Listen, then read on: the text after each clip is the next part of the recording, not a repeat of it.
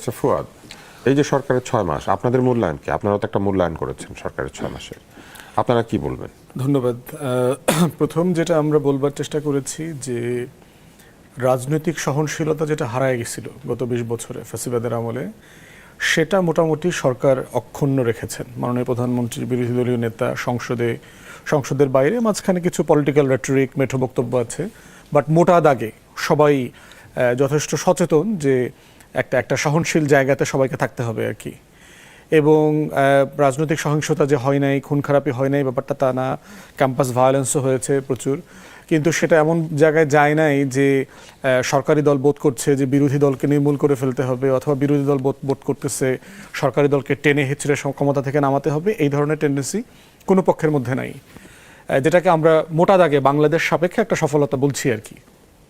দ্বিতীয়ত যেটা হচ্ছে আমরা সফলতা বলেছি, সেটা হচ্ছে যে আমাদের একটা ফরেন পলিসির অভিমুখ তৈরি হয়েছে, যে দিল্লির মানে যে ভ্যাসেল থেকে বের হয়ে এসে যে নিজের স্বার্থের ব্যাপারে নিজেরা কথাবার্তা বলা এবং সিদ্ধান্ত নিতে পারাটা, সেটা আমরা বোধ করছি যে বর্তমান সরকার যথেষ্ট জনগণের যে সেন্টিমেন্ট আছে, অপোজিশন পলিটিক্যাল পার্টির যে সেন্টিমেন্ট আছে, সেগুলোকে মোটা দাগে ধরে তারা কাজ করছেন এবং এটাকেও আমরা স্বাগত জানিয়েছি।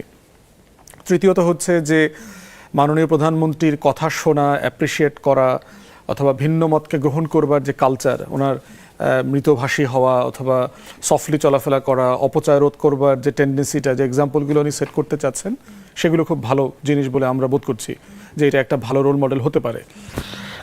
অন্যদিকে আমরা যেটা বোধ করছি যে সরকার 6 মাসের জন্য তার সফলতা যাচ করবার আসলে সময় এখনো আসে নাই, এটা আমরা ফিল করি।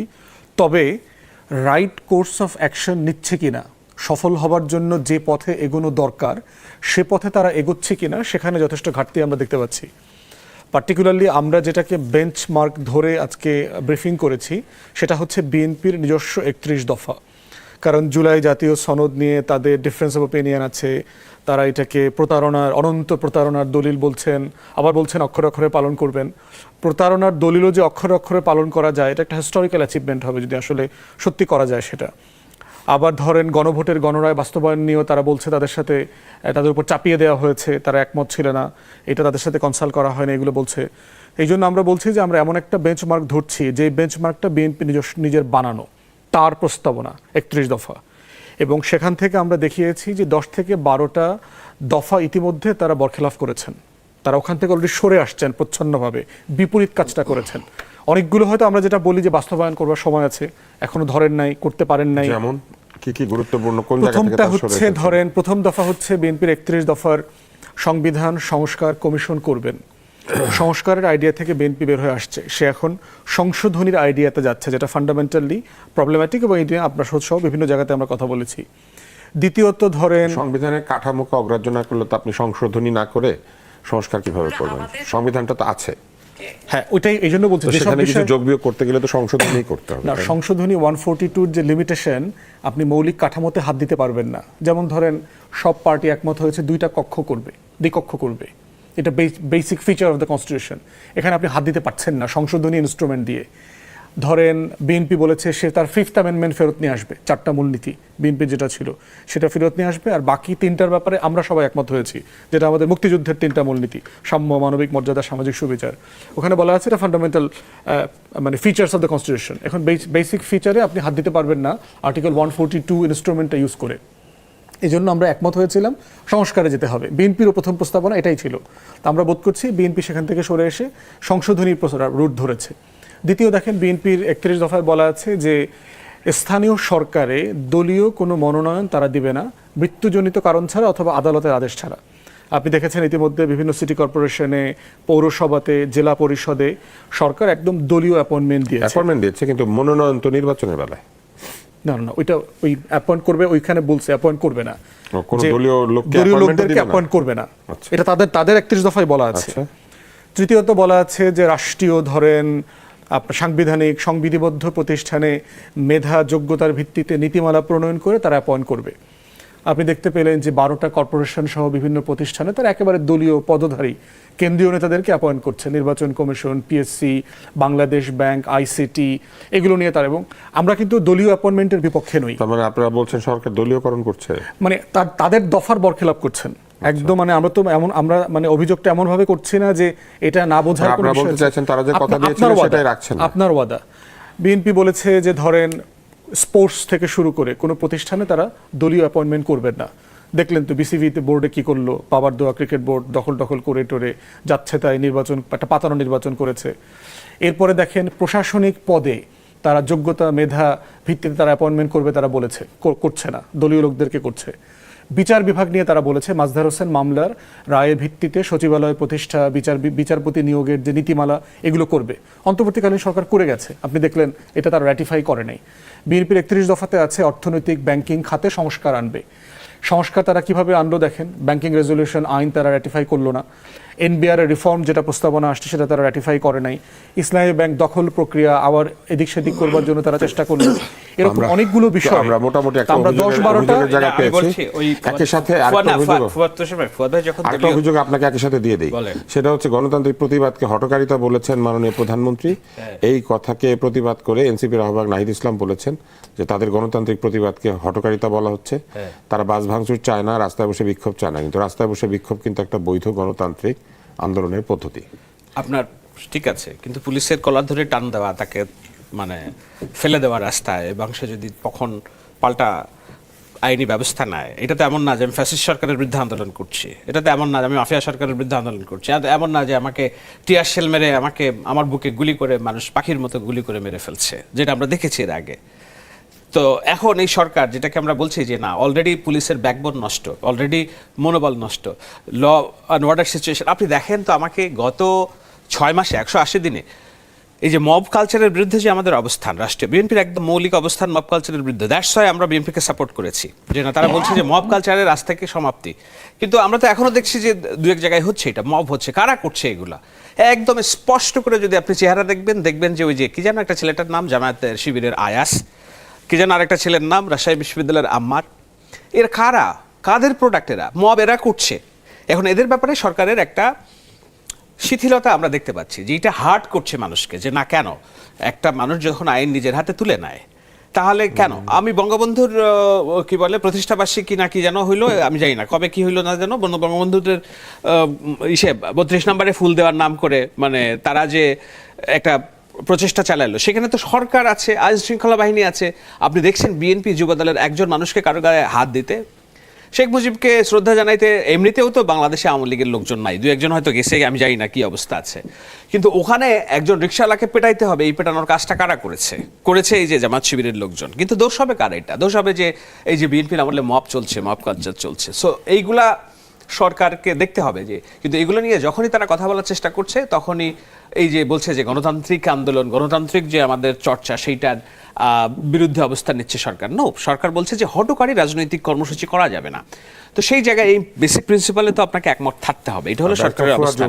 আমি ব্যারিস্টার ফুয়াদের অভিযোগের ব্যাপারে একটা জিনিস বলি, দেখেন একটা দল আসছে এখন, আমি যদি ধরি যে এবি পার্টি কোনোদিন রাষ্ট্র ক্ষমতায় যদি যায়, তা ব্যারিস্টার ফুয়াদকে কি একটা রাষ্ট্রীয় পদে বসাবে না এবি পার্টি?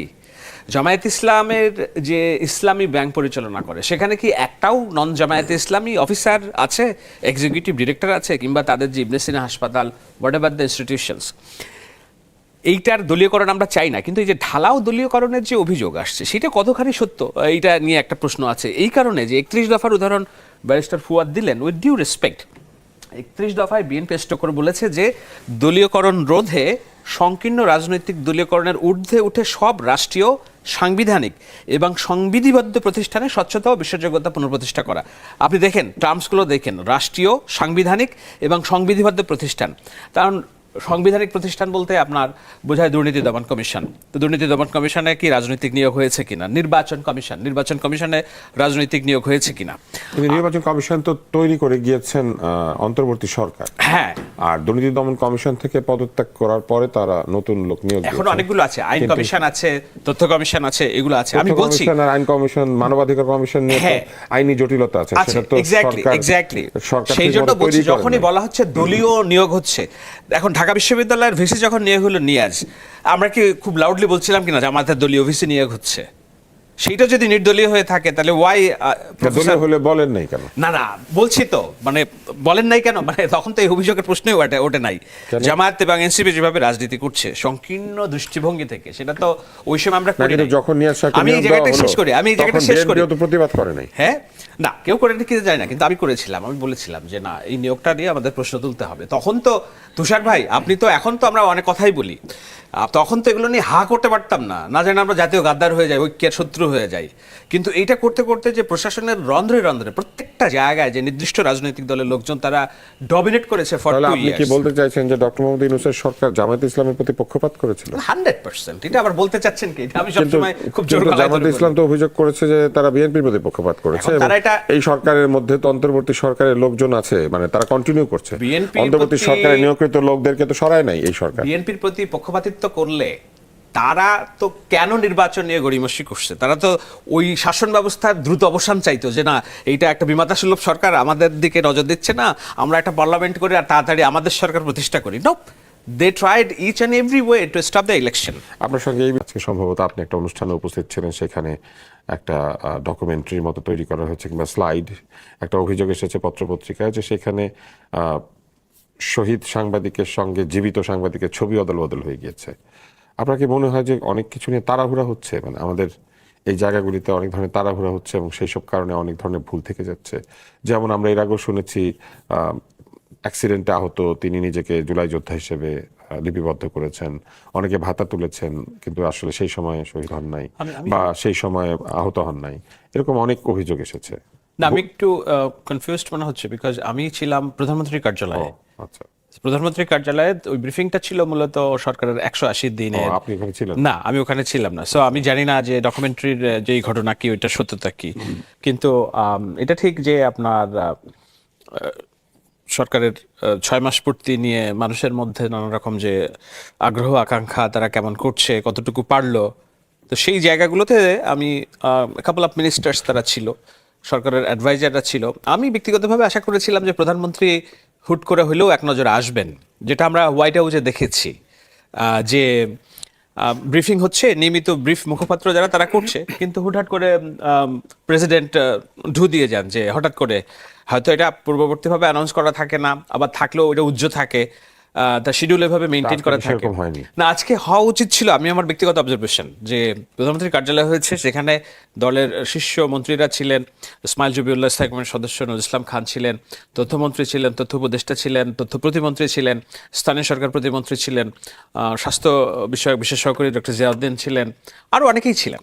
তো সেই জায়গায় সেখানে কি কথা হলো 6 মাস নিয়ে, আমরা যদি আপনার কাছে 6 মাস নিয়ে কথা, যেটা সরকারের তরফ থেকে বলার চেষ্টা করা হয়েছে, যে একটা ভঙ্গুর অর্থনীতি এবং আনস্টেবল যে পলিটিক্যাল সিচুয়েশন, সেইখান থেকে একটা নতুন সরকারের যে টেক ওভার, সেই টেক ওভার করে পরে 180 দিনের শুরুতেই তো অনেক হোঁচট খাওয়ার সম্ভাবনা ছিল, শুরুতে অনেক ডিস্টেবিলাইজেশন তৈরি হওয়ার সম্ভাবনা ছিল, এবং আন্দোলন সংগ্রামের হুঙ্কার ডাক, পার্লামেন্ট অধিবেশন, রাষ্ট্রপতির বিদায়, অনেক ঝামেলা ছিল। সেই জায়গা থেকে একটা স্মুথ যে তারা ট্রানজিশনের গাড়িটা তৈরি করতে পেরেছে, এবং তারা বাঞ্চ অফ বিষয় তারা উল্লেখ করেছে, কোথায় কোথায় তারা রাষ্ট্রীয় অগ্রগতি দেখেছে। তো সেই জায়গায় তাদের মোদ্দা কথা হলো যে না, গভর্নমেন্ট সাকসেসফুলি তারা 6 মাস পার করেছে। জেনারেল ক্রাইসিস এবং অন্যান্য বিষয়গুলো ইন্টারন্যাশনাল ক্রাইসিসের সাথে সম্পৃক্ত, সেই জায়গায় হয়তো আপ টু দ্য মার্ক তারা বলছে না, কিন্তু ওভারঅল রাষ্ট্রের যে মানবিকতা ফিরে এসেছে, মর্যাদা বোধ ফিরে এসেছে, প্রাইম মিনিস্টারশিপ নিয়ে যে মানুষের মধ্যে ইতিবাচকতা ফিরে এসেছে, দুর্নীতিবিহীন প্রশাসন যে এস্টাবলিশ করা যায়, সেটার একটা কড়া ব্রেক যে করা গেছে, এবং এই যে সর্বোপরি মানে মানবিক একজন মুসলিমের বাসায় যে প্রধানমন্ত্রী যান, একজন ভিকটিমের বাসায়, সেইটার মধ্য দিয়ে রাস্তার ধারে দাঁড়িয়ে যে মানুষের সাথে কথাবার্তা বলেন, যে ওভারঅল যে গভর্নমেন্টের অ্যাপ্রোচ, সেটা গণমানুষের এবং মানুষের ক্ষমতাকে মানুষের কাছে ফিরিয়ে দেওয়ার যে অ্যাপ্রোচ, সেইটা 180 দিনে ওটা টাফ একটা কাজ ছিল, সেটা তারা সাকসেসফুলি করেছে। আরও বলা হয়েছে যে মাত্র 1800 দিন 1800 দিনের মধ্যে 180 দিন আমরা পার করলাম। সো এখনই আমরা সব বলছি না যে আমরা super power, super human, super Sonic গতিতে আমরা দেশ আগায় নিচ্ছি। 1800 দিনের মধ্যে 180 দিন পার করেছে সরকার, বাকি এখনো 1600 সামথিং 20 দিন আছে। সো এভরি ডে তারা মনে করে ইটস এক্সামে তাদের পাস করতে হবে এবং তারা they will continue to do work. সেটা তো খুবই একটা বিনয়ী বক্তব্য। হ্যাঁ। কিন্তু চলমান সংকট নিয়ে তারা কিছু বলেছেন, এই যে তেল গ্যাস সংকট এবং হ্যাঁ, এগুলো নিয়ে ডিটেলস ওইভাবে যে সাংবাদিকদের তরফ থেকে মূলত প্রশ্ন এসেছে কয়েকটি জায়গায় আমি দেখেছি। একটা হলো জুলাই সনদ বাস্তবায়ন নিয়ে একটা বিষয়, একটা হচ্ছে মব কালচার কেন এখনো কন্টিনিউ করছে সেটা। তেল গ্যাস নিয়ে তারা আমি খুব বেশি প্রশ্ন পাই নাই, কিন্তু তারা বলার চেষ্টা করছে যে সরকারের যে লিমিটেড ক্যাপাসিটি, পূর্ববর্তী গভর্নমেন্টে তারা যে জ্বালানি সুরক্ষা নিয়ে কোনো কাজ করে নাই, কোনো ব্যাকআপ তৈরি করে রেখে যায় নাই। এক্সিস্টিং মাত্র 2টি এলএনজি টার্মিনাল থেকে যে সংগ্রহ চলছিল সেটা প্রাকৃতিক বিপর্যয়ের কারণে নন ফাংশন করছে বিধায় সাময়িক দুর্গতি। কিন্তু তারা এটাও বলছে যে না, government day night working to solve this problem, এবং কি বলে জ্বালানি সংকট কেটে যাবে সহসা, এরকম কথা বলা হয়েছে। আসাদুজ্জামান ফুয়াদ, আপনার কাছে প্রশ্ন। শাহেদ আলম বলছিলেন যে এক ধরনের দলীয়করণ করা হয়েছিল অন্তর্বর্তী সরকারের সময়, জামাত ইসলামের প্রতি নাকি অন্তর্বর্তী সরকারের এক ধরনের হেলে পড়া ভাব ছিল। এখন প্রশ্ন হচ্ছে, দেখেন অন্তর্বর্তীকালীন সরকারের ক্ষমতায় থাকা সবচেয়ে বড় বেনিফিশিয়ারি কারা কারা ক্ষমতায় আসছে? দিন শেষে বিএনপি ক্ষমতায় আসছে। না, দিন শেষে তো বিএনপির আসার কথা ছিল, কারণ সবচেয়ে বড় বেনিফিশিয়ারি জামাত বড় দল তো ইসলামী। বিএনপি আওয়ামী লীগ ইতিহাসের সবচেয়ে ভালো পলিটিক্যাল সিচুয়েশনে বিরোধী দল হয়েছে। জামাত ইসলামের তো না, ক্ষমতা আসার এটা বিএনপির সম্ভাবনা অবস্থা আরো সেইভাবে ভালো ছিল না, অতীতের রেজাল্ট বিবেচনায় প্রশ্ন নিলে। হচ্ছে, যদি আপনার ধরেন কোনো দুষ্টামি চিন্তা থাকতো, আপনি প্রশাসনকে দিয়ে ইঞ্জিনিয়ারিং করবেন, তৃতীয় কোনো পক্ষকে ক্ষমতায় আনাবেন, এই ধরনের দুষ্টামি করতে চাইলে এনুস সাহেব করতে পারতেন। দেশে বিদেশে তার সেই সক্ষমতা ছিল। আপনি রাস্তার আন্দোলন দিয়ে এনুস সাহেবের ক্ষমতা চ্যালেঞ্জ করতে পারতেন না, কিন্তু উনি দিন শেষে এটা কখনো চায় নাই। উনি কনসিস্টেন্টলি রাস্তার আন্দোলনে ক্ষমতা চ্যালেঞ্জ না, করা যেত পারতেন না। না, পারতেন না। ইউনূস সাহেব কি আওয়ামী লীগের চাইতো বৃহত্তর সংগঠন না, ওইটা না, ছিল তার আপনি সবাই জানেন, আমরা রাস্তার জানি আন্দোলন তো দেশে পেরেছে, বিদেশে 17 বছর স্বৈরাচার না, সরকার। বিকল্প রাস্তার আন্দোলন সেও তৈরি করতে পারতো। যদি তার দুষ্টামির প্ল্যান থাকতো, বিকল্প রাস্তার আন্দোলন সেও তৈরি করতে পারতো। চেষ্টা যে করে নাই না, তা কিন্তু চেষ্টাও না, করেনি, ভাই। চেষ্টাও করেনি, চেষ্টা করেছে, বরং চেষ্টা কনসিস্টেন্টলি তিনি নির্বাচনের ব্যাপারে একদম 24 সেপ্টেম্বরে জাতিসংঘে গিয়ে নিউ ইয়র্ক টাইমসের সাথে ইন্টারভিউতে যেটা বলেছেন যে আমি 25 ডিসেম্বর থেকে 26 জুন জুলাই এর ভিতরে আমি একটা কনভিনিয়েন্ট ডেটে ইলেকশন করে ক্ষমতা হ্যান্ড ওভার করবো। করছেন তো? মানে এর ভিতরে যে আপনার ষড়যন্ত্র দেখা, এটা দেখা, সেটা দেখা, এটা খুবই অন্যায় হবে আর কি ওনার প্রতি। ওনার অন্য সমালোচনা করেন, কিন্তু নির্বাচন রিলেটেড উনি ওনার পজিশন মোটেই বদলান নাই, বরং বারবার এই ব্যাপারে সকল দলের সাথে আলোচনা করেছেন। আচ্ছা, এখন শাহেদ ভাইকে একটু বলি। শাহেদ ভাই দেখছেন না যে কোথাও কোনো দলীয়করণ টরণ কিছু হয়েছে রয়েছে? এখন আমি কজনের নাম বলবো টলবো, আমি পুরো লিস্ট পড়ে শোনাইতে পারি। বাংলাদেশ ব্যাংকের গভর্নর দিয়ে শুরু করেন। উনি কি বিএনপি করেন? বিএনপি নির্বাচন কমিটির সদস্য ছিলেন সেটা তো? তো মানে আমিও তো বিএনপির জন্য কাজ করেছি, তার মানে আমার নিয়োগ হলে কি বলবেন দলীয় নিয়োগ হয়েছে? না, এটা তো আপনি নিজে তো নিজেকে দাবি করছেন, আপনি বিএনপির হয়ে কাজ করেন, আপনি বিএনপি কে ওন করেন, আপনি কেন বিএনপি হবেন না? সমস্যা তো নাই, আমি বলছি, আপনার বিএনপি হইতে কোনো সমস্যা নাই। আমি বলছি তো আপনারা যখন দলীয়করণ বলছেন তখন তো আপনাকে দেখতে হবে যে না, যাকে নিয়োগ দেওয়া হচ্ছে তার স্কলারনেস, তার যে এডুকেশনাল হাইটটা কি। এখন দল করলে, আমি যেমন আগের দিন একটা কথা বলছি, এটা নিয়ে মানুষ খুব হাহা, মানে দল করলে স্কলার হওয়া যাবে না, না, কোনো সমস্যা নাই তো, বলেনি তো আমি তো কিছুক্ষণ আগে মাত্র বললাম যে আমি তিনি অথবা দুটাই যোগ্যতাও নাই, যোগ্যতাও আপনি এবং ঋণ খেলাফি ক্রেডিবিলিটি সবকিছু মিলায়, মানে আপনি একটা আপনি রেগুলেটরি সার্টিফাইড অ্যাকাউন্টেন্ট না তিনি? অ্যাকাউন্টেন্ট তো ধরেন, অ্যাকাউন্টেন্ট কিন্তু অ্যাকাউন্টেন্ট হওয়া মানে কি আপনি একটা ব্যাংকের মানে সেন্ট্রাল ব্যাংকের গভর্নর হতে পারবেন? আপনার একটা ব্যাংকিং ক্রেডিবিলিটি লাগবে তো। বাংলাদেশ ব্যাংকের গভর্নর কারা হয়েছেন তাদেরকে একটু ব্যাকগ্রাউন্ড চেক করেন। অন্যান্য আমার সার্কের 5-7টা দেশের সেন্ট্রাল ব্যাংকের গভর্নর কারা আপনি একটু চেক করেন। আমাদের হিস্ট্রিতে যারা হয়েছেন তাদের সাথে একটু কম্পেয়ার করেন। তারপরে হচ্ছে দলীয় লোক হয়েছে কিনা সেটা বলতেছি, যোগ্যতার। আইসিটির যে চিফ প্রসিকিউটর অ্যাপয়েন্ট করলো বিএনপির দলীয় লোক, যে তাজুল ইসলাম সাহেবকে সরাই দিয়ে করলো। তাজুল ইসলাম সাহেব কোন দলের ছিল? ওই আলোচনা তো করতেছি না, আলোচনা এটা আপনি করেন না।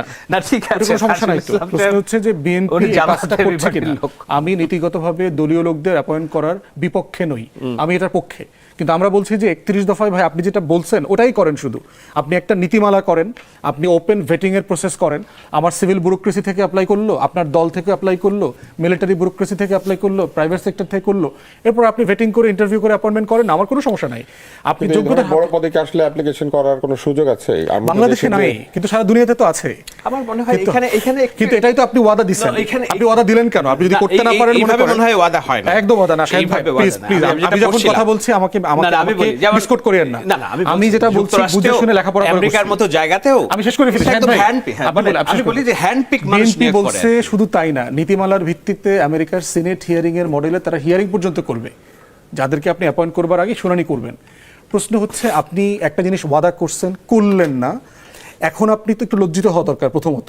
দ্বিতীয়ত হচ্ছে আপনি লজ্জিত না হয়ে ডিফেন্ড করতেছেন সব জায়গায়, করছি ঠিকই করছি, লোক নাই, আওয়ামী লীগে ভরা, এটা সেটা। প্রশ্ন হচ্ছে আপনি একটা ব্যাখ্যা দিতেন, কেন পাচ্ছেন না? বিএনপির দুইটা ব্যাখ্যা, যৌক্তিক ব্যাখ্যা হইতে পারতো, কিন্তু বিএনপির এই তথাকথিত গান্ডুরাই কথাটা মতো বলতে পারতেছে না।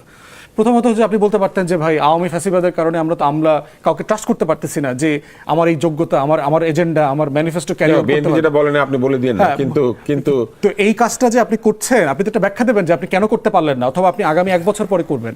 আপনি সারা দেশে যে আপনার লোকদেরকে সিটি কর্পোরেশনে, পৌরসভায়, জেলা পরিষদে দিলেন, এটা যে আপনার ওয়াদার বরখেলাপ হইল, আপনি একটা ব্যাখ্যা দিবেন তো যে আমি কেন ইন্টারিমলি এই কাজটা করতে পারি। দলীয়করণের তো অনেক তো অভিযোগ। তারপরে যে আসলো। 12টা কর্পোরেশন সরকারি প্রতিষ্ঠানে যে সরকারি নিয়োগ দিল, পিএসসিতে নিয়োগ দিয়েছে, নির্বাচন কমিশনে আপনি বিএনপির একজন লোক যিনি এই ডেপুটি সেক্রেটারি হিসেবে রিটায়ার করেছেন, বিএনপি রাজনীতি করছেন গত 5-7 বছর, ওনাকে আপনি এডিশনাল সেক্রেটারি করছেন।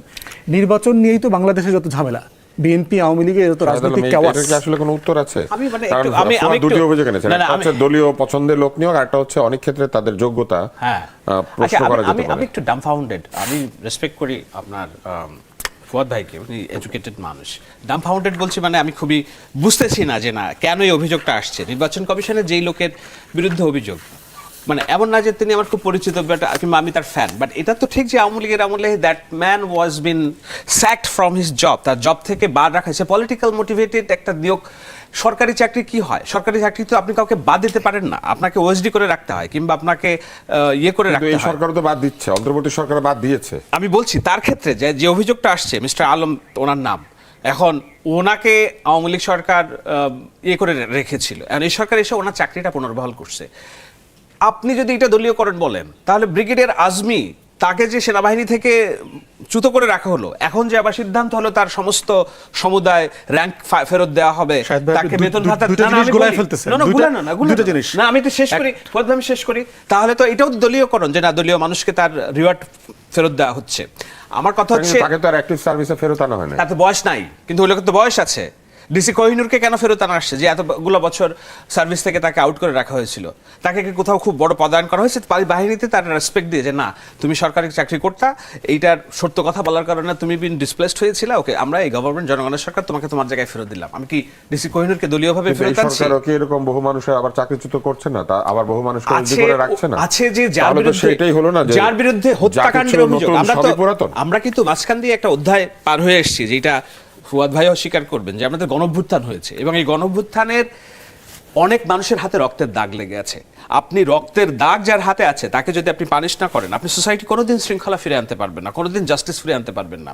দেখতে হবে যাদেরকে আপনি টার্গেট করে বাদ দেওয়া হচ্ছে তার হাতে রক্তের দাগ আছে কিনা। অথবা ধরেন সচিবালয়ে যে পরিবর্তনগুলি এসেছে, সচিবালয়ের ঊর্ধ্বতন কর্মকর্তা যারা, তাদের হাতে কি রক্তের দাগ লেগে আছে? না, এটা অনেক সময় যে ডক্টর ইউনূসের সময় যে একটা মেস ক্রিয়েট হয়েছে, মেস, আপনাকে পুরো অ্যাডমিনিস্ট্রেশন জামায়াতি মতদর্শের মানুষ দিয়ে ভরে গিয়েছে। স্কুল কলেজের ছেলে মেয়ে যে 3rd ইয়ার পাস করতে পারে না, এক্সাম পাস করতে পারে না, সে কোনো গভর্নিং বডির দায়িত্বে বসে গেছে। তো এইগুলোকে তো এইসব আপনাকে তো আপনার গভর্নমেন্ট মেশিনারিজ তো ফাংশনিং করার জন্য আপনাকে যোগ্য লোক বসাতে হবে। এই প্রশ্নটা করে আমরা বিরতিতে যাব। সেটা হচ্ছে যে অন্তর্বর্তী সরকার তো নতুন করে কাউকে চাকরি দেয় নাই না, তাহলে তারা যে বিভিন্ন জায়গাতে জামায়াতের লোককে পদায়ন করলো, এই লোকগুলো আগে থেকে সরকারি চাকরিতে ছিল। অবশ্যই সরকারি তার চাকরি মানে আওয়ামী লীগ তো তাহলে দলীয়করণ করে নাই, তারা জামাতের লোককে চাকরি দিয়েছে। না, জামাতের লোকের চাকরি দিয়েছে। ওই যে গুপ্ত শব্দটা এসছে কোত্থেকে? পরিচয় বর্ণ লুকিয়ে রেখে চাকরি করা, বিপ্লব করা, রাজনীতি করা এবং নিজেকে লুকিয়ে ফেলার যে অস্বাভাবিক ক্ষমতা, এটা তো জামায়াত ইসলামী ছাড়া আর কাউকে দেয় না এই পৃথিবীতে। ধরনের গুপ্তকে আপনি মনে করেন যে এই সরকারের মধ্যে থাকতে পারে না? 100% আওয়ামী লীগ যেমন ধরতে পারে নাই, 100% আছে তো। তাহলে এখন ধরেন এই সরকার যাদেরকে বিভিন্ন জায়গাতে নিয়োগ দিচ্ছে, এখানে যদি এমন হয় যে এখানে আবার এরকম জামাতের গুপ্ত বেরিয়ে আসে। আছে তো, কিন্তু আপনাকে দেখতে হবে যে আওয়ামী লীগের যে রাজনৈতিক প্রিন্সিপালস আর বিএনপির রাজনৈতিক প্রিন্সিপালস ত্যাগ না। বিএনপি হচ্ছে বহু মতের দলের গণতন্ত্রের একটা প্র্যাকটিস করে। এখানে ডান, আপনাকে বিএনপি দলটা টিকে থাকে কেন? কারণ যে বাম সে চিন্তা করে যে আমি ওকে বাম দিকে হেলবো, আর যে ডান সে চেষ্টা করে যে আমি ওকে ডান দিকে টানবো। এই দুই পক্ষের টানাটানিতে এই জায়গাটা একটা মিডল জায়গায় থাকে। সো এখানে চশমা খুলে পড়ে গেল, এখানে দুই মানে ডানও আছে বামও আছে। তো ডান যারা তারা গুপ্ত, বাম বলতে ধরেন আছে অনেক মানুষই আছে, কিন্তু তারা যে এখন বিএনপির প্রিন্সিপালকে গিলে খেয়ে ফেলবে এই ক্যাপাসিটি কারণ নাই। কারণ এখানে দুইটা পক্ষই ভিজিল্যান্ট এবং তারা নির্মূলের রাজনীতি করে না। তারা সমাজে বহু পক্ষের মানুষ নিয়ে একটা স্ট্যাটাসকো বজায় রাখার চেষ্টা করে, যেটা তো আওয়ামী লীগের ছিল না। তারা তো নির্মূলের রাজনীতি করতো। সেইখানে নির্মূল হওয়ার হাত থেকে বাঁচার জন্য তারা পরিচয় বর্ণটর্ণ লুকিয়ে সব আওয়ামী লীগ হয়ে গেছে, এবং এত বড় আওয়ামী লীগ হয়ে গেছে যে ছাত্রলীগের চেয়েও বড় নির্যাতনকারী হিসেবে অনেক শিবিরের ছেলে মেয়ে পরবর্তীতে বেরিয়ে এসেছে। আরেকটা প্রশ্ন করে বিরোধীদের যাই, সেটা হচ্ছে এই যে যারা গুপ্ত চশমাটা কে দিবে বলে, আপনি নিজেই নিজের চশমা, এটা একটা ঘটনা আজকের অনুষ্ঠানে। কিন্তু এই যে যারা গুপ্ত, এরা তো আওয়ামী লীগ সেজেছিল, হ্যাঁ, তো এরা যদি বের হয়ে এসে নিজেকে গুপ্ত ঘোষণা দিল আর সবাই মেনে নিল, কারণ এরা তো আওয়ামী লীগের হয়ে অনেক কুকাজের সঙ্গে যুক্ত ছিল, তখন প্রতিবাদ করে নাই, আওয়ামী লীগ সেজে আওয়ামী লীগের সাথেই তাল মিলিয়েছে, তাহলে সেটার জন্য কোনো অপরাধ নাই, মানে গুপ্ত হয়ে থাকার কোনো অন্যায় নাই? না, এটা অপরাধ তো অবশ্যই অপরাধ। এই জন্য আমি নিজে ব্যক্তিগতভাবে একটা ভিডিও আলোচনা করেছিলাম যে ভয়ঙ্কর হেলমেট বাহিনী কি মানে গুপ্ত ছাত্রলীগ কিনা, এরকম, হ্যাঁ, শিবির কিনা। তো এগুলা নিয়ে এবং পরবর্তীতে অনেক ভিডিও বের হয়েছে যে আজকে ডাকসু ইলেকশনে যারাই 80% ছেলে মেয়ে দেখা যাচ্ছে যে শিবিরের হয়ে, তারা এই ছাত্রলীগের হয়ে স্লোগান দর্শে রাজনীতি করছে। এখন এটা এমন হয়ে গেছে সর্বাঙ্গে ব্যথা ওষুধ দেবেন কোথা আর কি। আপনি ইলেকশনের পরে দেখেন, ইলেকশনের আগে সোশ্যাল মিডিয়াতে ঢুকতে পারতেন না, মনে হলো যে জামাত ইসলাম ক্ষমতায় যাবে, সব বেহেশতে যাবে, দাড়ি পাল্লে। নির্বাচন হয়ে গেছে, আমরা যাদের বিরুদ্ধে ওই সময় লড়াই করেছি, ইনক্লুডিং ফরাসি পীর কিংবা ওই নিউ ইয়র্কের পীর, এরা সব ভোল পাল্টে আবার দেখেন যে বিএনপির সবচেয়ে বড় মানে ওয়েলুশার হয়ে গেছে। আমাদের আলোচকরা দলীয়করণ নিয়ে পারস্পরিক অভিযোগ করেছেন। এরই মধ্যে নজরুল ইসলাম খান বলেছেন শিগগিরই জনপ্রশাসন সংস্কার কমিশন গঠন করবে সরকার, তাহলে আরেকটা সংস্কার কমিশন তারা তৈরি করবেন, একটা ওয়াদা মনে হয় রাখবেন।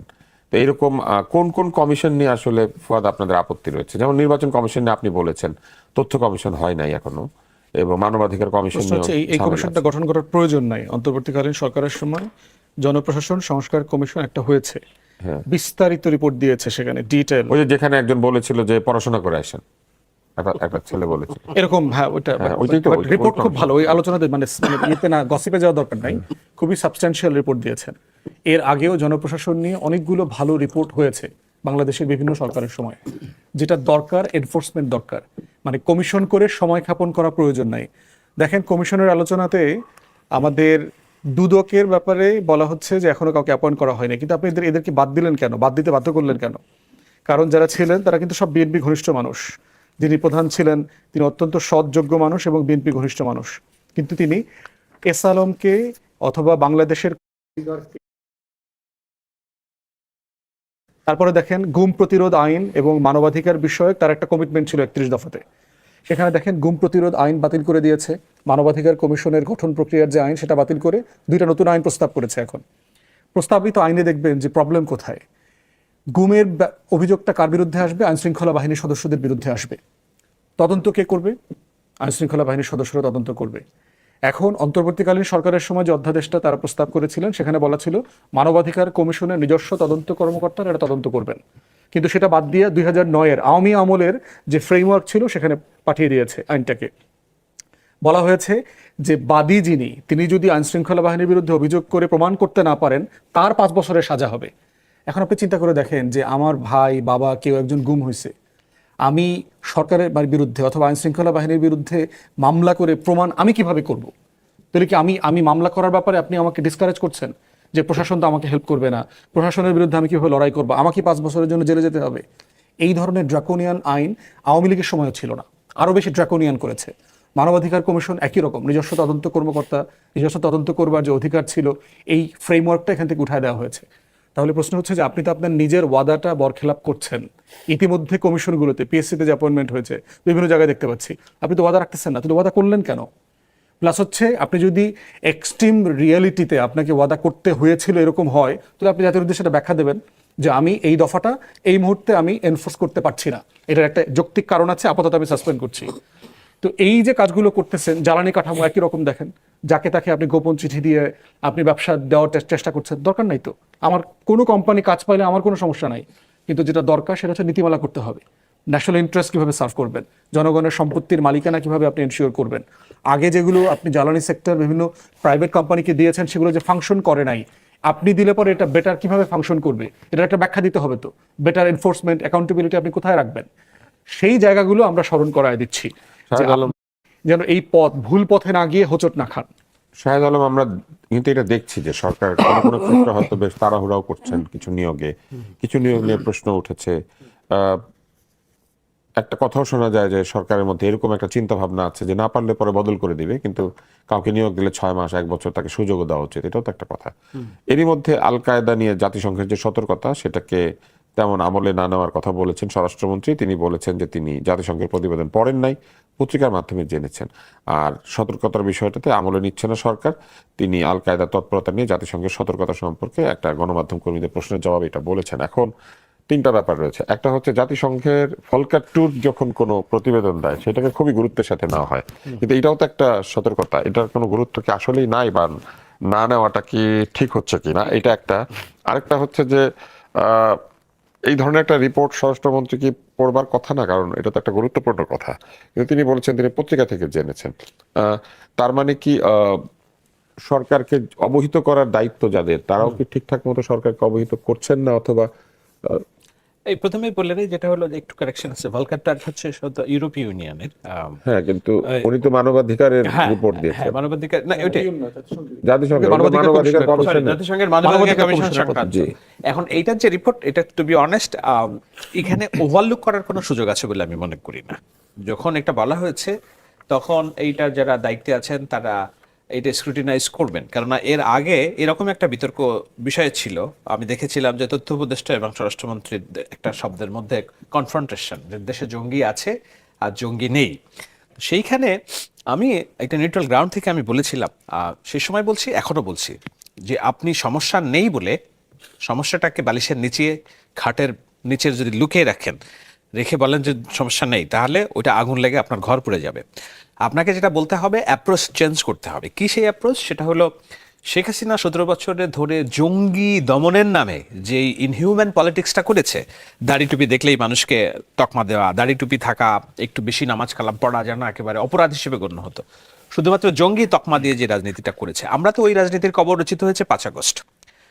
কিন্তু তাই বলে জঙ্গি নাই বলাটা এটাও এক ধরনের মানে উদাসীনতা বলে আমি মনে করি। আপনাকে জিনিস যেটা বলতে হবে যে ধর্মীয় উগ্রপন্থার যে মানুষ, তারা সব কালেই ছিল, এখনো আছে, তারা যেন আর বাড়বাড়ান্ত না হয়।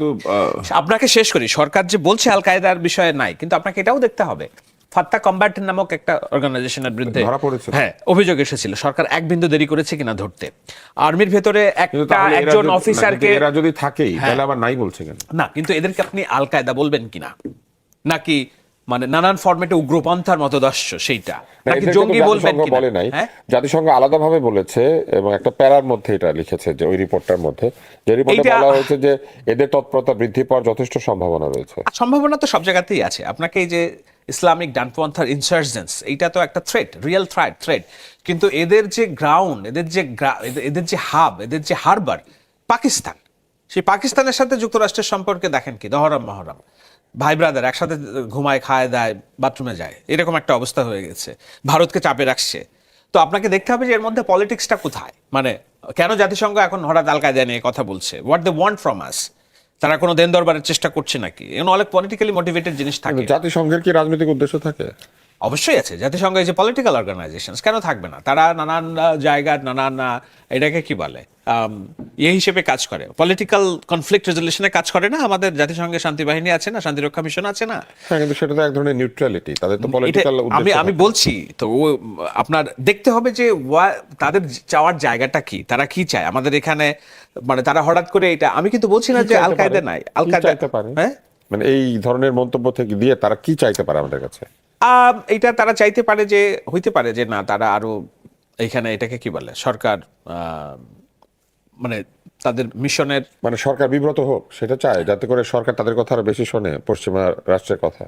এটা তো হইতেই পারে, মানে আমাদের তো একটা ফরেন পলিসিতে যেটা ফুয়াদ ভাই বললেন যে না আমাদের একটা শিফট আমরা দেখতে পাচ্ছি, সেলফ রিলায়েন্স এবং সেলফ কনফিডেন্সের একটা জায়গা দেখতে পাচ্ছি, যেখানে জিএম কাদের বলছেন যে ভারতের কথা অমান্য করলে বিপদ হবে, সেখানে গভর্নমেন্ট স্ট্রেট বলতেছে যে না আই নিড মাই, আমার এইগুলো লাগবে, তারপর আমি তোমার কাছে যাব। সো আমরা দেখতে পাচ্ছি এখন এটা নিয়ে আমার স্ক্রুটিনাইজ করতে হবে। আমি এখনই হয়তো স্পষ্ট ব্যাখ্যা আমি দিব না যে কোথায় এটার আছে। আরেকটা প্রশ্ন যেটা করছিলেন আমাকে বলছিলেন একদম শুরুতে, স্কিপ করে গেছি মনে হ্যাঁ, হয়। ওইটা হচ্ছে যে এই যে দলীয় যে অভিযোগগুলো ফুয়াদ করেছেন বিভিন্ন কমিশন নিয়ে, হ্যাঁ। এবং ফুয়াদ কিন্তু পরিষ্কারভাবে দেখিয়ে বলেছেন, যেমন মানবাধিকার কমিশন, গুম কমিশন, এবং তদন্তের বিষয়টি যে গুম কমিশন আইনে পুলিশের হাতেই বা আইন শৃঙ্খলা রক্ষাকারী বাহিনীর হাতে আগের মতো দিয়ে দেওয়া হয়েছে এবং 5 বছরের জেলের বিধান রাখা হয়েছে। আমি এগুলো ফুয়াদ বলি এই বলছিলেন। দুই চার ইস্যুসগুলো, এগুলো যেহেতু এটা ভালো যে এইসব বিষয় নিয়ে আলোচনা হচ্ছে, এগুলো হওয়া ভালো। দেশ পরিচালনায় গত 6 মাসে বিএনপির বড় ধরনের কোনো ডিজাস্টার নাই, সুতরাং অপেক্ষাকৃত ছোট বিষয়গুলো সামনে এসে আলোচনার খোর আগে যাচ্ছে। কিন্তু আপনাকে এটাও বুঝতে হবে যে যেমন বাংলাদেশ ব্যাংকের গভর্নরের কথা উনি বলছিলেন, আচ্ছা আমরা বাংলাদেশ গভর্নরের ডক্টর আতিউর রহমানের গভর্নেন্স তো আমি দেখেছি বাংলাদেশ ব্যাংকের, সেই আমলে আমার $800 কোটি চুরি হয়েছে কিনা আমার এখান থেকে, বাংলাদেশ ব্যাংক থেকে গেছে কিনা, আমরা 800 কোটি মনে হয়। নো মোর দ্যান 800 crore মনে হয়, রাইট? ওই যে বিগ বাংলাদেশ বিগ ব্যাংক ইয়ে হলো 80 কোটি 100 কোটি 110 টার্গেট মিলিয়ন করেছিল। $110 মিলিয়ন আর কি। No 110 it's big 110 amount, million dollar. হ্যাঁ বিগ অ্যামাউন্ট। সো আমি সেটা বলছি না, আমি বলার চেষ্টা, মানে 80 কোটি খুঁজে পাওয়া যায় না, কিছু উদ্ধার করা গিয়েছিল। It's not 80, it's more than 800। আমি রিকনফার্ম করছি আপনাকে, আপনারা গুগল করে দেখতে পারেন একটু। হ্যাঁ আচ্ছা, আমরা বিরতির মধ্যে দেখব। 80 কোটি কোনো টাকা না, ডলার। ও 80 কোটি ডলার। আচ্ছা আমি টাকার কথা বলছি, যাই হোক। তো এখন আমরা তো এই স্কলার গভর্নরের আমলে এই ডিজাস্টার দেখেছি, তাই না? আমরা ডক্টর ইউনূসের আমলে যেসব কমিশনের কথা বলছেন, এই যে তাজুল ইসলামের উদাহরণ দিলেন, উনি কি নির্দলীয় ছিলেন?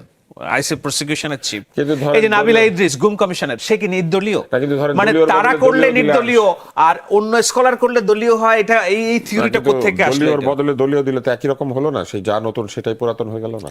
আপনি দল ছাড়া আপনি মানুষ কোথায় পাবেন? উনি তো, আমরা তো বলছি একটা জায়গায় প্রিন্সিপাল একমত, কিন্তু বাংলাদেশে কি কোনো দলহীন মেধাবী লোক নাই? কিছু কিছু জায়গায় I do agri on your positions, কিছু কিছু জায়গায় গভর্নমেন্ট, এটা তো এমন না যে এটা একটা দলের গভর্নমেন্ট, মানে it's a government by the people for the people. So কিছু কিছু জায়গায় এমন হতে পারতো হচ্ছে যে আসলে $101 মিলিয়ন তারা সরানোর চেষ্টা করেছিল এবং সেখান থেকে 81 মিলিয়নের মতো তারা সরিয়ে ফেলতে পেরেছিল। 20 মিলিয়ন শ্রীলঙ্কা আটকে গিয়েছিল dollar. Dollar. So, million dollar 8 মানে- কোটি 8 কোটি হ্যাঁ, 8 কোটি ডলার মানে কত? প্রায় 8 কোটি ডলার মানে যদি 100 টাকা করে ধরেন 800 কোটি টাকা। আর তখন 100 টাকা ছিল না, অবশ্য ডলারের দাম কম ছিল, 82-83 টাকা তো ছিল। ওই যে আমি 800 কোটি টাকা বললাম, মানে ওই ওইরকম অ্যাজাম্পশনস থেকে আর কি। মিলিয়নে 10। হ্যাঁ, তো যেটা ঘটেছে সেটা হচ্ছে যে ওই সময় 20 মিলিয়ন শ্রীলঙ্কা থেকে চলে আসে এবং পরে বিভিন্ন সোর্সে জানা গিয়েছে যে $15 মিলিয়ন মতো সম্ভবত বাংলাদেশ ব্যাংক আরো উদ্ধার করতে পেরেছে, কিন্তু $66 মিলিয়ন খবর এখনো নাই আর কি। তো আমরা একটু তথ্যগত বিভ্রাট হচ্ছিল বলে এটা আমি ঠিক করে দিলাম। ফুয়াদ, এতক্ষণ শাহেদ আলম যেটা বললেন, আপনার তার প্রেক্ষিতে কি বলার আছে? কেননা এটা তো ঠিক যে এক ধরনের দ্বিধাদ্বন্দ্ব আমরা দেখতে পেয়েছি। কিছুদিন আগে একটা নিয়োগ নিয়ে কথাবার্তা হয়েছে, টেলিভিশনে ডিজি নিয়োগ করা হয়েছে, অনেকেই বলেছেন যে এটা অভিজ্ঞতার ক্ষেত্রে ঘাটতি হতে পারে, এরকম সমালোচনা। যদিও আমি ব্যক্তিগতভাবে মনে করি যে হতেই পারে, এটা তো টিভির ডিজি এমন বিষয় না যে এটা নিয়োগ আমি একটু করা আপনার যাবে। আগের টপিকটা নিয়ে কথা বলি, যেটা ধর্মীয় উগ্রবাদ নিয়ে আপনি যেটা এবং ইয়ে ধর্মীয় করেছেন। উগ্রবাদ নিয়েও একটা দেখেন, বক্তব্য আমি এসেছে। এটা নিয়ে অনেকবার কথা বলেছি আর কি, যে ইউনাইটেড নেশনস সিকিউরিটি কাউন্সিলের যে আপনার মনিটরিং একটা ইউনিট আছে, তাদের একটা 38তম সভা ছিল, তার রিপোর্টে আসছে এবং অ্যাটেম্পটিং বলা হচ্ছে যে বাংলাদেশে ধর্মীয় উগ্রবাদের কিছু সেল ডেভেলপ করবার জন্য নড়াচড়া দেখতে পাচ্ছি। মানে আবার মাথা চাড়া দিয়ে উঠছে। এক্স্যাক্টলি। এবং এটার অ্যাফিলিয়েশনটা হচ্ছে আল কায়েদার ইন্ডিয়ান ব্রাঞ্চ, যেটা এই ব্রাঞ্চের একটা অ্যাফিলিয়েশন। প্রশ্ন হচ্ছে যে ওয়ার অন টেররের যুগে পুরো সময়টা জুড়ে আমরা দেখেছি যে যেখানে খনিজ সম্পদ আছে, যেখানে ভূ রাজনৈতিক স্বার্থ আছে, আপনি সেখানে দেখবেন যে ওখানে ধর্মীয় উগ্রবাদ আছে। ওখানে লাদেনকে খুঁজে পাওয়া যায়, আল কায়েদাকে খুঁজে পাওয়া যায়, তারপর হচ্ছে বগদাদিকে খুঁজে পাওয়া যায় ইরাকে, লিবিয়াতে খুঁজে পাওয়া যায়। তো এই জায়গাগুলোতে আমাদেরকে একটু ক্রিটিক্যাল হইতে হবে। একটা হচ্ছে একটা সমাজে এক্সট্রিম চিন্তার লোক আছে, এটা হলো ফ্যাক্ট। প্রশ্ন হচ্ছে যে এই ফ্যাক্টের ভিতরে কতটুকু হচ্ছে এনট্র্যাপমেন্ট, এটা মাথায় রাখতে হবে। এর সাথে পশ্চিমা গোয়েন্দা সংস্থা বলেন, মোসাদ বলেন, তারা বাংলাদেশের তাদের স্বার্থের সংঘাতে ইন্টারফেয়ার করছেন কিনা, সেল তৈরি করছে কিনা, নড়াচড়া করছে কিনা, এটা যেমন বাংলাদেশে সত্য। এমন কি সম্পদ আছে যেটার জন্য এত অস্থিরতা? ভূরাজনৈতিক আমরা স্বার্থ তো আছে, গ্যাস খুঁজে পাই না, তেল খুঁজে ভূরাজনৈতিক পাই না। স্বার্থ আছে, জিওপলিটিক্যাল ইন্টারেস্ট আছে, হিউজ ইন্টারেস্ট আছে। আপনি যদি চায়নার গ্লোবাল রিটেনমেন্ট পলিসি দেখেন, পশ্চিমের হিউজ ভূরাজনৈতিক ইন্টারেস্ট আছে। তো সেই চায়নার জায়গাতে আশেপাশে তো আরো দেশ আছে, তাদেরকে টার্গেট না করে আমাদেরকে কেন? করছে, ভিয়েতনাম আছে, না বিভিন্ন জনকে বিভিন্ন ভাবে মঙ্গোলিয়া করছে। আছে, না, আপনি- থাইল্যান্ড আছে, ক্যাম্বোডিয়া আছে, এটা আপনি অ্যাক্সেস দেখতে হবে। মিয়ানমার আছে। সাউথ চায়না সি আপনি কোনখান থেকে ব্লক করতে পারবেন, মালাক্কা স্ট্রেট আপনি কোনখান থেকে ব্লক করতে পারবেন, চায়না বিকল্প ইউনান প্রভিন্সের থেকে বে অফ বেঙ্গলের অ্যাক্সেস কোন জায়গা থেকে চাচ্ছে, তারপরে এই আরাকানের উপর দিয়ে চাচ্ছে। বিষয় যেমন এই জায়গাগুলো আছে আর কি। কনফ্লিক্ট স্টেট, তো সেই জায়গাতে আপনার ভিয়েতনাম কনফ্লিক্ট স্টেট অলরেডি, হ্যাঁ, সো সরি কম্বোডিয়া, সো এরকম নানান বিষয় আছে। সেই জায়গায় বাংলাদেশ অনেকখানি ডেমোক্রেটিক নেশন এবং অন নেশন, সো এই জায়গায় তো এই জন্য বাংলাদেশ একটা হচ্ছে যে লোভনীয় জায়গায় পরিণত হয়েছে। আইপিএস এর ইন্ডিয়ান যে আপনার ইন্দো প্যাসিফিক যে স্ট্র্যাটেজি আমেরিকার আছে, বার্মা অ্যাক্ট আছে, বিভিন্ন কারণে তার এখানে ভূ রাজনৈতিক স্বার্থ আছে। এর সাথে হচ্ছে গণ অভ্যুত্থানের কারণে ইন্ডিয়ান এলিমেন্টটা যোগ হয়েছে। অতএব জেনুইনলি বাংলাদেশ সরকারকে দেখা দরকার যে এইখানে জিহাদ ব্যবসা নামে যেটা চলছে, এই উগ্রপন্থাকে ডিল করবার একটা জায়গা আছে, শর্ত আছে, মানবাধিকার লঙ্ঘনে যাওয়া যাবে না, এটা ওয়ার্ক করবে না। কারণ এমনি একটা প্রশাসনের উপরে গোয়েন্দা কিন্তু আপনি সংস্থা মনে করেন যে একটা আস্থাহীনতা এটাকে deal আস্থাহীনতা করতে আছে। আমরা এই জন্য ওই শাহজালালের জায়গাটা কাছে খুব অনুষ্ঠান শেষ করব। ওই জায়গাটা আমাদেরকে মাথায় সিরিয়াসলি রাখা দরকার এবং আলেম ওলামায়ে কেরামদেরকে ইনভলভ করে এই প্রসেসটাকে হিউম্যানলি আইনের ফ্রেমের মধ্যে ফেলে তারপরে ডিল করতে হবে এবং ন্যারেটিভকে অ্যাড্রেস করা জরুরি। কোন কোন ন্যারেটিভে সে আপনার তেহরিকে তালেবান পাকিস্তানের জন্য ফাইট করতে যাচ্ছে, একটা অ্যাসাইন্ড এবং ইনিশিয়েটেড ফান্ডেড অর্গানাইজেশনে, পাকিস্তানে গিয়ে বাংলাদেশের বেশ কটা ছেলে মারাও গেছে। তো সে কেনই এই ট্র্যাপে পড়ছে, এটা যৌক্তিক জায়গাটা কোথায়? তবে আমরা শাহজালাল এই মাথায় পুরো রাখতে জায়গাটা আছি। সরকারকে সিরিয়াসলি মাথা নেওয়া দরকার, বিএনপিকে মাথা রাখা দরকার। 1 থেকে 6 তারা কিন্তু এটা সিরিয়াসলি ভালোভাবে ডিল করতে পারে নাই। আগামী 6 মাস তাহলে সরকার কি করবে? সরকার যদি 6 মাস পর পর এরকম একটা রিপোর্ট দেয় জনগণকে, আগামী 6 মাস তাহলে এটা কি খুব করবে? খুবই প্যাথেটিক। আমি যখন 2009 সালের দিকে যখন না 11 যে সরকার আসলো, সেই সময় আমি তখন বিবিসিতে কাজ করতাম প্রডিউসার ফিক্সার হিসেবে। আমি দেখতাম আমার করেসপন্ডেন্ট, তার নাম ছিল হচ্ছে রোল্যান্ড বার্গ, সে খুঁজতো কোথায় একটা পলিটিক্যাল অভিযোগ আসবে যে বিএনপি জঙ্গিদের সরকার। তা আমি একদম দায়িত্ব নিয়ে বলছি, আমি একদিন গাড়ি চালাতে চালাতে যাচ্ছি, আমরা একটা অ্যাসাইনমেন্ট কভার করতে, জাহাঙ্গীর কবির নানক একটা জনসমাবেশে অভিযোগ করলেন যে বিএনপি খালেদা জিয়া হচ্ছে জঙ্গিদের মাতা। জাহাঙ্গীর কবির নানক তখন 4র্থ শ্রেণীর রাজনৈতিক নেতা, কিন্তু তার ওই বক্তব্যটাকে পিক করলো বিবিসি। আমি তখন কাজ করি বিবিসি নিউজে, ওটা এখন ইন্টারন্যাশনাল নিউজ হলো যে বাংলাদেশে বিরোধী দলের তরফ থেকে অভিযোগ করা হয়েছে সরকারি দলের প্রধান হচ্ছে জঙ্গিদের মাতা। তখন জঙ্গি শব্দটা খুব পপুলার ইন্টারন্যাশনালি। তো আপনাকে দেখতে হবে যখন বিএনপি ক্ষমতায় থাকে না, তখন জঙ্গি শব্দটা রাজনৈতিক একটা ন্যারেটিভ যখন থাকে তৈরি হয়, এবং এটার সাথে ইন্ডিয়ান এলিমেন্টস আছে, আওয়ামী লীগের এলিমেন্টস আছে, এবং সাথে ইন্টারন্যাশনাল পলিটিক্সও ছিল সে সময়। তো সেই জায়গায় বিএনপি এখন ক্ষমতায় আসছে, জঙ্গি শব্দটা নিয়ে নাড়াচাড়া ইন্টারন্যাশনাল পলিটিক্স হবে, এইটা বিএনপিকে ডিল করতে হবে স্মার্ট পলিটিক্স দিয়ে, স্মার্ট ন্যারেটিভস দিয়ে। সেইটা তারা করতে পারতেছে কিনা এই জায়গায় আপনি প্রশ্ন তুলবেন, কিন্তু এই পলিটিক্স যে হবে এটা আপনাকে মাথায় নিয়ে আগাইতে হবে। তার আরও একটা বড় কারণ হলো বিএনপির যে রাজনৈতিক সহযোগী যারা আছে বর্তমানে, যারা আছে, যেমন জামায়াত ইসলামী, আমি বললে অত্যুক্তি হবে কিনা আমি জানি না, কিন্তু জামায়াত ইসলামীর চিফের নিজের ছেলে, তার আচার আচরণ নিয়ে কথা আছে যে সে তার কোন গ্রুপের সাথে তার চলাফেরা, আওয়ামী লীগের আমলে গ্রেপ্তারও হয়েছে। জামায়াত ইসলামী হয়তো নিজের প্রবলেম না, আমি বলি একটা মিনিট, জামায়াত ইসলামী নিজে প্রবলেম না, কিন্তু জামায়াত ইসলামী যেই মানে পানি যদি আমি ধরি, জামায়াত ইসলাম যেই গ্লাসে থাকে ওইটা যদি সেফও হয় ওদের আত্মদর্শ, কিন্তু ওই পানির যে উপচায়ে যে পড়ে নিচে, এই নিচে অনেকগুলো পিরানা বসবাস করে। অর্থাৎ জামায়াত ইসলামের ইসলামী রাজনীতির ছাতার নিচে অনেকগুলো পিরানহার বসবাস আছে। এই পিরানহাগুলো হচ্ছে এক্সট্রিম আইডিওলজির, এবং তারা ওই ইসলামী পলিটিক্সের লেবাসে ছায়া খোঁজার চেষ্টা করে।